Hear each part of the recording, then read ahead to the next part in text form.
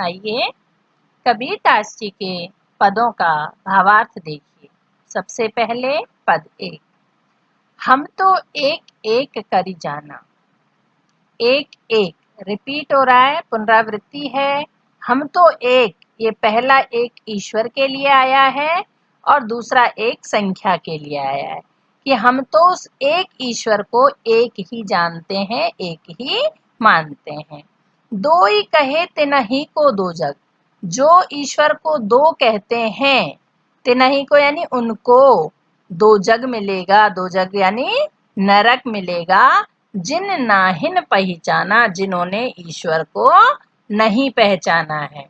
जिन्होंने ईश्वर को नहीं पहचाना है वही ईश्वर को एक से अधिक में बांटते हैं, अर्थात दो कहते हैं, जबकि ईश्वर तो एक ही है। हमने तो उस एक ईश्वर को एक ही जाना है। अब अनेक तर्क और उदाहरण देकर कबीरदास जी एकेश्वरवाद के समर्थन में अपना पक्ष मजबूत करते हैं। एक ही पवन एक ही पानी एक ही ज्योति समाना। कबीरदास जी कहते हैं कि एक ही पवन में, एक ही हवा में सब श्वास लेते हैं, एक ही पानी सब पीते हैं, एक ही ज्योति समाना, और एक ही सूर्य सभी को समान रूप से ज्योति प्रदान करता है। एक ही खाक गढ़े सब भांडे। खाक होती है मिट्टी। एक ही मिट्टी से गढ़े सब भांडे, भांडे यानी मिट्टी के बर्तन। एक ही कोहरा साना, और कोहरा कोहरा होता है कुम्हार। एक ही कुम्हार द्वारा एक ही मिट्टी से अनेक तरह के भांडे गढ़ दिए जाते हैं।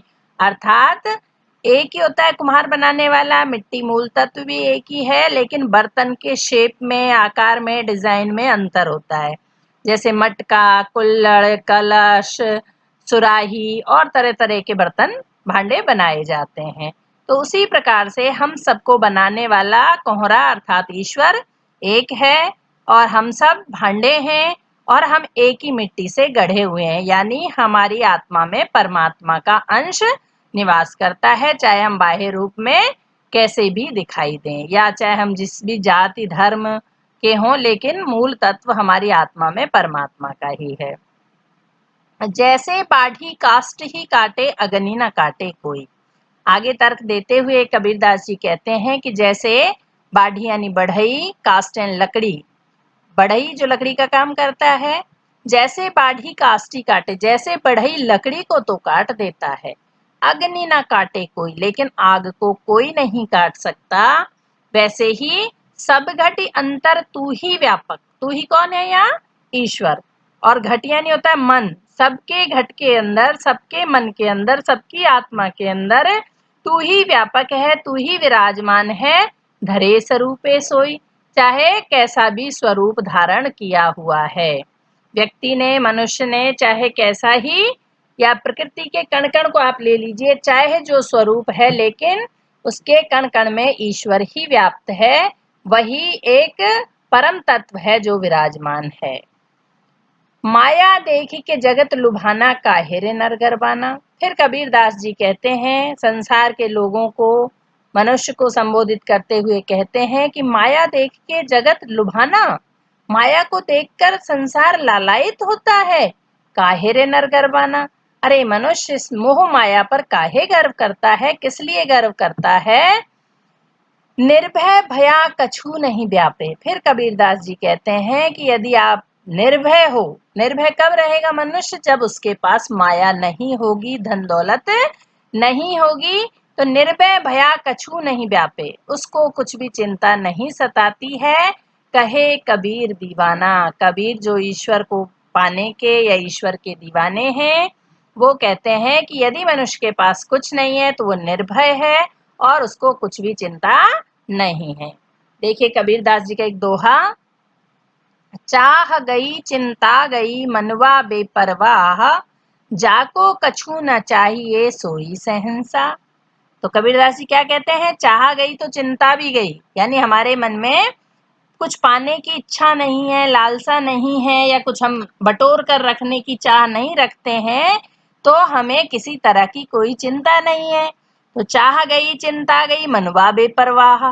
बेपरवाह से मतलब यहाँ निश्चिंत हो जाने से है, तो हमारा मन एकदम निश्चिंत रहेगा, किसी तरह की कोई चिंता नहीं सताएगी।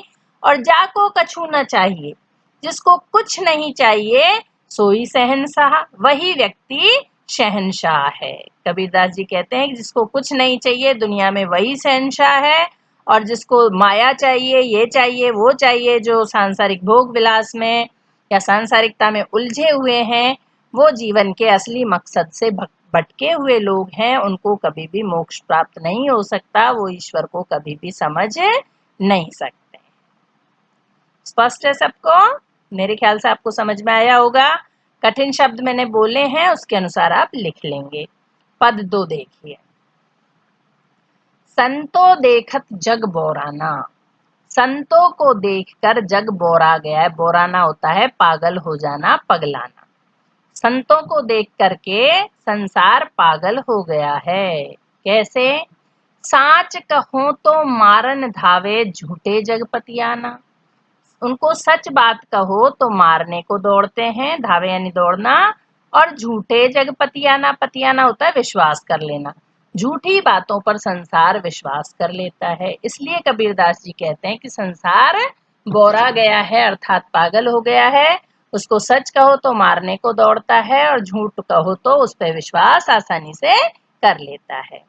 नेमी देखा धर्मी देखा, प्रात करे स्नाना। जैसा कि मैंने पाठ के सार में आपको बताया था कि कबीरदास जी ने अपनी आंखों से समाज में जो कुछ घटता हुआ देखा, उसको ही अपना लेखन बनाया, अपनी लेखनी में उतारा उसी को। जैसे उन्होंने कहा था, तू कहता कागद की लेखी, मैं कहता हूँ आंखन देखी। ठीक है, तो कबीरदास जी ने जो आंखों से देखा वही उन्होंने कहा। नेमी देखा धर्मी देखा, वो कहते हैं कि मैंने नियम और धर्म का पालन करने वाले लोगों को देखा। प्रात करे स्नाना, सुबह उठ करके जल्दी और स्नान कर लेते हैं, अर्थात शरीर की शुद्धि कर लेते हैं, लेकिन मन की शुद्धि नहीं करते। आत्म मार, आत्मा को मार देते हैं, आत्मा की आवाज नहीं सुनते हैं। पखा नहीं पूजे और पत्थरों को पूजते हैं, उनमें कछु नहीं ज्ञाना। कबीरदास जी कहते हैं ऐसे लोगों में कुछ ज्ञान नहीं होता। वो नियम और धर्म का पालन करने का ढोंग करते हैं, सुबह जल्दी उठ के स्नान कर देते हैं, फिर पत्थर पूज लेते हैं, अपनी आत्मा को मारते रहते हैं, आत्मा की आवाज कभी नहीं सुनते हैं। ऐसे लोगों में कुछ भी ज्ञान नहीं होता है। बहुतक देखा पीर औलिया, पढ़े किताब कुराना। फिर कबीरदास जी कहते हैं कि मैंने बहुत से पीर औलिया देखे हैं। पीर औलिया मुस्लिम्स के जो होते हैं ना साधु संत, उनके लिए आया है। बहुत पीर औलिया ऐसे देखे हैं जो पढ़े किताब कुराना, जो किताब और कुरानों को पढ़ते हैं, यानी धार्मिक ग्रंथों को पढ़ते हैं। कै मुरीद तदबीर बतावे, और उन धार्मिक ग्रंथों में पढ़ कर के उस ज्ञान के आधार पर, मुरीद होता है शिष्य, वह अपने शिष्यों को तदबीर यानी उपाय, भवसागर मुक्ति के उपाय बताते हैं। उनमें उहें जो ज्ञाना, उनमें वही ज्ञान है जो उन्होंने किताबों से प्राप्त किया है। व्यावहारिक ज्ञान की उनमें कमी है, और उस किताबी ज्ञान के आधार पर वो अपने शिष्यों को उपाय बताते हैं।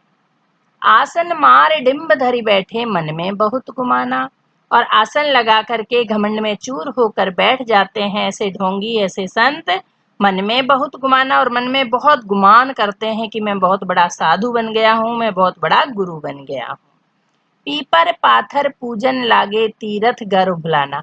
अब ये हिंदुओं के बारे में कबीरदास जी यहाँ व्यंग करते हुए कहते हैं कि पीपल और पत्थर को पूजने लगते हैं और तीर्थ करने जाते हैं, और उस गर्व में वो भ्रमित हो जाते हैं। इन सब के गर्व में कि हम तो बहुत बड़े पुजारी बन गए हैं, भगवान के भक्त बन गए हैं, इस बात में वो भुलावे में रह जाते हैं, जीवन के असली उद्देश्य से भटक जाते हैं, भ्रमित हो जाते हैं। टोपी पहिरे माला पहिरे, ये भी हिंदुओं के हैं, टोपी पहनना, माला पहनना। लोग टोपी पहनते हैं, माला पहनते हैं और दिखावा करते हैं। छाप तिलक अनुमाना, छाप और तिलक भी लगाते हैं, और ये अनुमान लगाते हैं कि अब हम साधु बन गए, अब हम सन्यासी बन गए। साखी शब्दई गावत भूले, आत्म खबर न जाना। कबीरदास जी बाह्य आडंबर करने वालों पे व्यंग करते हुए कहते हैं कि लोग साखी और शब्द तो गाते हैं, लेकिन वो ये भूल जाते हैं कि उन्हें आत्मा की खबर नहीं है। आत्मा को मारकर आप दिखावा कर रहे हैं, ये उचित नहीं है। हिंदू कहे मोय राम प्यारा, तुर्क कहे रहीमाना। हिंदू कहते हैं हमारे ईश्वर तो राम है, हमें तो राम ही प्यारे हैं, और तुर्क कहते हैं कि हमारे रहीम है, हमें रहीम ही प्रिय है, वही हमारे ईश्वर हैं। और अपने अपने ईश्वर को लेकर के आपस में दो लड़ी लड़ी मुए, आपस में दोनों लड़ लड़ के मर गए, मर्म न काहू जाना। लेकिन कबीरदास जी कहते हैं कि ईश्वर का रहस्य किसी ने नहीं जाना, वास्तविकता को किसी ने नहीं जाना। यदि ये हिंदू मुस्लिम जान जाते कि ईश्वर एक है तो ये आपस में लड़ लड़ के नहीं मरते। घर घर मंत्र देत फिरत है महिमा के अभिमाना। फिर कबीरदास जी कहते हैं उन ढोंगी साधुओं के लिए कि वो घर घर मंत्र देते फिरते हैं, मंत्र देते फिरते हैं महिमा के अभिमाना, और उनकी महिमा, उनकी प्रसिद्धि होती है, उसके अभिमान में वो चूर हो जाते हैं। गुरु के सहित सिख सब बूढ़े। ऐसे गुरु जो ढोंगी गुरु हैं, जो घर घर मंत्र देते फिरते हैं, वो गुरु के सहित सिख सब बूढ़े, बूढ़े यानी डूबना, वो गुरु के सहित शिष्य भी भवसागर में डूब जाते हैं। अंत काल पछताना, और अंत समय में सिर्फ पछताते हैं, पछताने के अलावा उनके पास कुछ नहीं बचता है। कहे कबीर सुनो हो संतो ई सब भ्रम भुलाना। कबीरदास जी कहते हैं कि हे साधुओ, हे संतो, सुनो, कबीर कहता है ई सब भ्रम भुलाना। ये जितने भी बाह्य आडंबर दिखावा, जितनी भी चीजें ऊपर दिखाई गई हैं, उनके बारे में कहते हैं कि ये सब भ्रमित करने वाली हैं, भुलावे में रखने वाली हैं। केतिक कहो कहा नहीं माने। लेकिन लोगों को केतिकन कितना ही कहो, लेकिन कहना नहीं मानते हैं। सहजई सहज समाना, ईश्वर को सहज रूप से ही पाया जा सकता है, मध्यम मार्ग अपनाकर ही पाया जा सकता है। उसके लिए कोई दिखावा, कोई बाह्य आडंबर करने की आवश्यकता नहीं है, कोई हठ योग करने की जरूरत नहीं है, कोई साधना करने की जरूरत नहीं है। लेकिन उन्होंने दूसरी लाइन में ही कहा था, साच कहो तो मारन धावे झूठे जगपतियाना। कहते साच सच बात उनको कहो, लेकिन वो कहना नहीं मानते, वो तो झूठी बातों पे विश्वास करते हैं। और कबीरदास जी सच बताते हैं कि ईश्वर को सहज रूप में पाया जा सकता है, लेकिन उनकी बात कोई सुनता नहीं है। अब दोनों पदों का शिल्प सौंदर्य देखिए। सबसे पहले पहले पद का, इस पद में कबीर की अक्षरता एवं निर्भीकता का पता चलता है। आम बोलचाल की तत्कालीन समय में जो भाषा थी सधुक्कड़ी, उसका प्रयोग किया गया है। जैसे बाढ़ी काटे कोई में उदाहरण अलंकार हैं, बढ़ई लकड़ी और आग का उदाहरण प्रभावी है। एक एक में यमक अलंकार है, एक परमात्मा के लिए आया है और दूसरा एक संख्या के लिए आया है। अनुप्रास अलंकार की छटा दिखाई देती है, स्वरूपे सोई में है और काटे कोई में भी है। खाक व कोहरा में रूपक अतिशयोक्ति अलंकार है, खाक और कोहरा। पूरे पद में गेयता एवं संगीतात्मकता है। अब दूसरे पद का शिल्प सौंदर्य देखिए।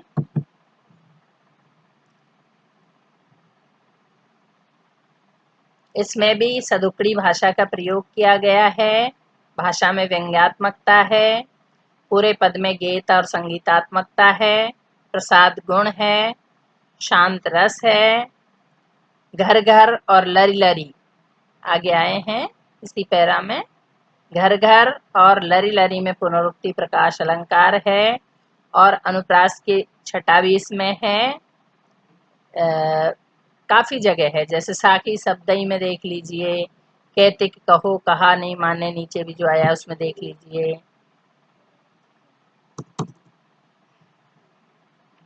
और कवि ने आत्मबल पर बल दिया है, बाह्य आडंबरों को निरर्थक बताया है। अब आइए अब प्रश्नोत्तर देख लेते हैं।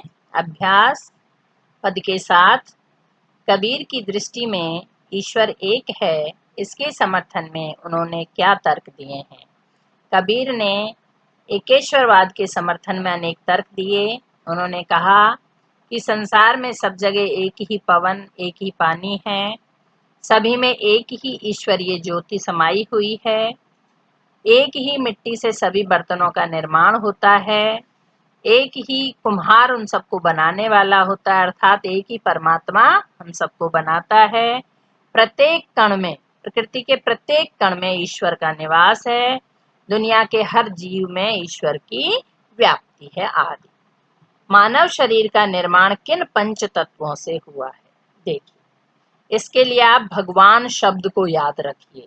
भ से भूमि, ग से गगन, व से वायु, आ से आग और न से नीर। तो इस तरह से आपको पांचों तत्व मिल जाए। तीसरा प्रश्न, जैसे बाढ़ी काष्ठ ही काटे, अगनि न काटे कोई, सब घटी अंतर तू ही व्यापक, धरे स्वरूपे सोई। इसके आधार पर बताइए कि कबीर की दृष्टि में ईश्वर का क्या स्वरूप है। प्रस्तुत पंक्तियों का अर्थ है कि बढ़ई काठ को तो काट सकता है, लकड़ी को तो काट सकता है, पर आग को कोई नहीं काट सकता। इसी प्रकार ईश्वर तो घट घट में व्याप्त है। अर्थात कबीर कहना चाहते हैं कि जिस प्रकार आग को सीमा में नहीं बांधा जा सकता, ना ही आरी से काटा जा सकता, उसी प्रकार परमात्मा हम सभी के भीतर व्याप्त है। यहाँ कबीर का आध्यात्मिक पक्ष मुखर हो रहा है। आत्मा अजर अमर सर्वव्यापक है। आत्मा को न मारा जा सकता है, न यह जन्म लेती है। इसे अग्नि जला भी नहीं सकती और पानी भिगो भी नहीं सकता है। ये सर्वत्र व्याप्त है। प्रश्न 4, कबीर ने अपने को दीवाना क्यों कहा है? यहाँ दीवाना का अर्थ है पागल। कबीर दास ने परमात्मा का सच्चा रूप पा लिया है। वे उसकी भक्ति में लीन हैं, जबकि संसार बाह्य आडंबरों में उलझकर ईश्वर को खोज रहा है। अतः कबीर की भक्ति आम विचारधारा से अलग है, इसलिए वो स्वयं को दीवाना कहते हैं। वो दुनिया की परवाह नहीं करते हैं कि दुनिया उनके बारे में क्या सोचती है या दुनिया क्या करती है, उसकी नकल वो नहीं करते हैं। वो ईश्वर प्राप्ति, ईश्वर भक्ति के दीवाने हैं और वो अपनी दीवानगी के लिए कुछ भी कर गुजरने को तैयार है, इसलिए वो अपने को दीवाना कहते हैं। पांचवा प्रश्न, कबीर ने ऐसा क्यों कहा है कि संसार बोरा गया है? कबीर संसार को सच्चाई के विषय में बताते हैं तो संसारी लोग उन्हें मारने के लिए भागते हैं और झूठी बातों पर विश्वास करते हैं। संसार का यह व्यवहार कबीर को बड़ा ही अजीब लगता है, इसलिए वो कहते हैं कि संसार तो बोरा गया है, पागल हो गया है। कबीर ने नियम और धर्म का पालन करने वाले लोगों की किन कमियों की ओर संकेत किया है?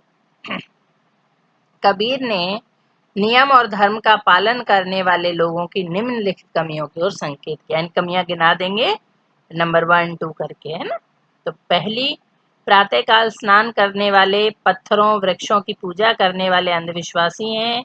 वे धर्म के सच्चे स्वरूप को नहीं पहचान पाते और आत्मज्ञान से वंचित रहते हैं। अपनी आत्मा की खबर उन्हें नहीं होती है। दूसरा बिंदु, मुसलमान भी पीर औलिया की बातों का अनुसरण करते हैं। वे मंत्र आदि लेने में विश्वास रखते हैं। ईश्वर सबके हृदय में विद्यमान है, परंतु उसे पहचान नहीं पाते हैं। अज्ञानी गुरुओं की शरण में जाने पर शिष्यों की क्या गति होती है? प्रश्न 7, इसका उत्तर देखिए। अज्ञानी गुरु स्वयं सन्मार्ग पर नहीं है तो वह शिष्य को क्या मार्ग दिखाएंगे? भ्रमित और बाह्य आडंबरों से पूर्ण गुरु के साथ रहने वाले शिष्यों को मंजिल नहीं मिलती। वे अज्ञानी गुरु समेत डूब जाते हैं और अंतकाल में पश्चाताप करते हैं, जबकि उस समय वे अपना जीवन व्यर्थ गंवा चुके होते हैं। प्रश्न 8 और अंतिम, बाह्य आडंबरों की अपेक्षा स्वयं यानी आत्मज्ञान को पहचानने की बात किन पंक्तियों में कही गई है, उन्हें अपने शब्दों में लिखिए। तो आत्मज्ञान की बात कही है, टोपी पहिरे माला पहिरे छाप तिलक अनुमाना, साखी सबदई गावत भूले आत्म खबर न जाना। इसका अर्थ ये है कि हिंदू मुसलमान दोनों धर्म के बाहरी स्वरूप में उलझे रहते हैं। कोई टोपी पहनता है, कोई माला पहनता है, माथे पर तिलक और शरीर पर छापा लगाता है और अपना अहंकार दिखाता है। साखी शब्द आदि गाकर अपने आत्म स्वरूप को भूल जाते हैं। अब देखिए पद के आसपास पहला प्रश्न, अन्य संत कवियों नानक, दादू और रैदास आदि के ईश्वर संबंधी विचारों का संग्रह करें और उन पर एक परिचर्चा करें। तो ये आपको करना है, ये प्रोजेक्ट है, परियोजना कार्य है इस पाठ का। और दूसरा प्रश्न, कबीर के पदों को शास्त्रीय संगीत और लोक संगीत दोनों में लयबद्ध भी किया गया है, जैसे कुमार गंधर्व, भारती बंधु और प्रहलाद सिंह टिपाणियां आदि द्वारा गाए गए पद। इनके कैसेट्स अपने पुस्तकालय के लिए मंगवाएं और पाठ्य पुस्तक के पदों को भी लयबद्ध करने का प्रयास करें। एक प्रयास मैंने किया इसमें लयबद्ध करने का, तो उसकी आप प्रैक्टिस करें, उसका आप अभ्यास करें। धन्यवाद।